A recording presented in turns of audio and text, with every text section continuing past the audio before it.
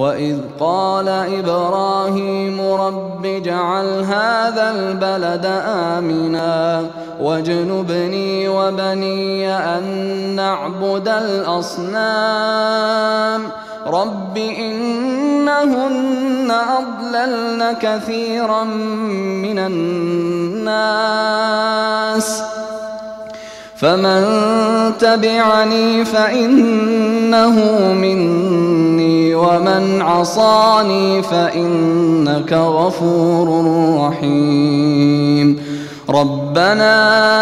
إني أسكنت من ذريتي بواد غير ذي زرع عند بيتك المحرم ربنا ليقيموا الصلاة فاجعل أفئدة من الناس تهوي إليهم وارزقهم من الثمرات لعلهم يشكرون ربنا إنك تعلم ما نخفي وما نعلن وما يخفى على الله من شيء في الأرض ولا في السماء الحمد لله الذي وهب لي على الكبر إسماعيل وإسحاق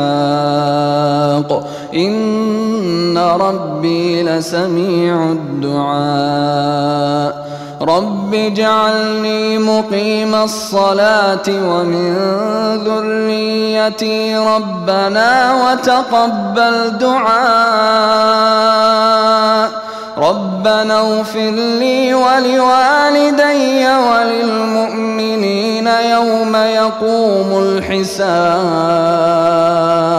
ولا تحسبن الله غافلا عما يعمل الظالمون إنما يؤخرهم ليوم تشخص فيه الأبصار مهطعين مقنعي رؤوسهم لا يرتد إليهم طرفهم وأفئدتهم هواء وأنذر الناس يوم يأتيهم العذاب فيقول الذين ظلموا ربنا أخرنا إلى أجل قريب نجب دعوتك ونتبع الرسل أولم تكونوا أقسمتم من قبل ما لكم من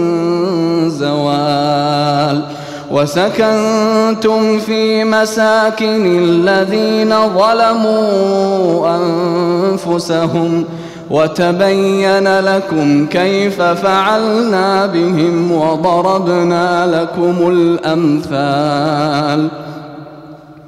وقد مكروا مكرهم وعند الله مكرهم وإن كان مكرهم لتزول منه الجبال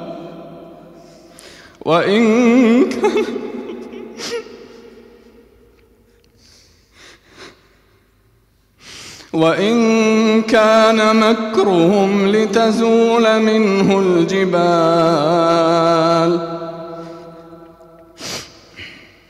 فلا تحسبن الله مخلف وعده رسله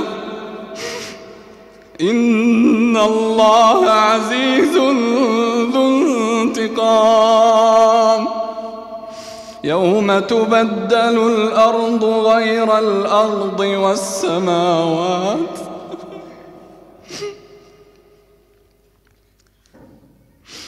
يوم تبدل الأرض غير الأرض والسماوات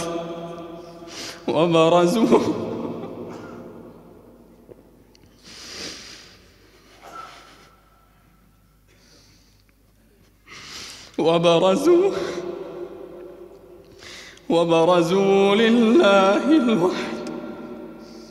وبرزوا لله الواحد القهار. وترى المجرمين يومئذ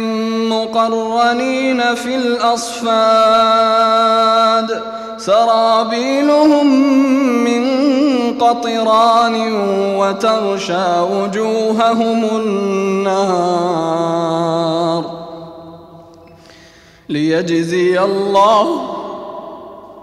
ليجزي الله كل نفس ما كسبت إن الله سريع الحساب. هذا بلاغ للناس ولينذروا به وليعلموا أنما هو إله واحد وليذكر أولو الألباب.